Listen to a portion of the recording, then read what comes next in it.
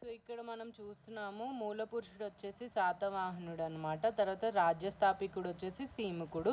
వీళ్ళ యొక్క రాజధానులు రెండు ఉండేవి. ఫస్ట్ వచ్చేసి ప్రతిష్టానపురం, తర్వాత వచ్చేసి ధాన్యకటకం అనమాట. తర్వాత అధికార భాష వచ్చేసి వీళ్ళది ప్రాకృత్.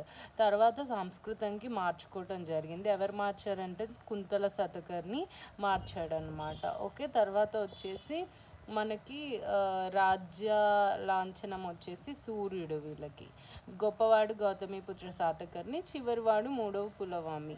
ఓకే, వీళ్ళు మతం ఫాలో అయిన మతం వచ్చేసి జైనం అంటే జైనిజం, తర్వాత హిందూయిజం.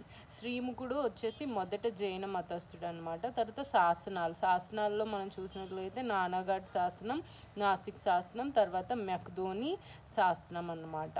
సో మూడవ పులవామి ఇష్యూ చేశారు మెక్దోని.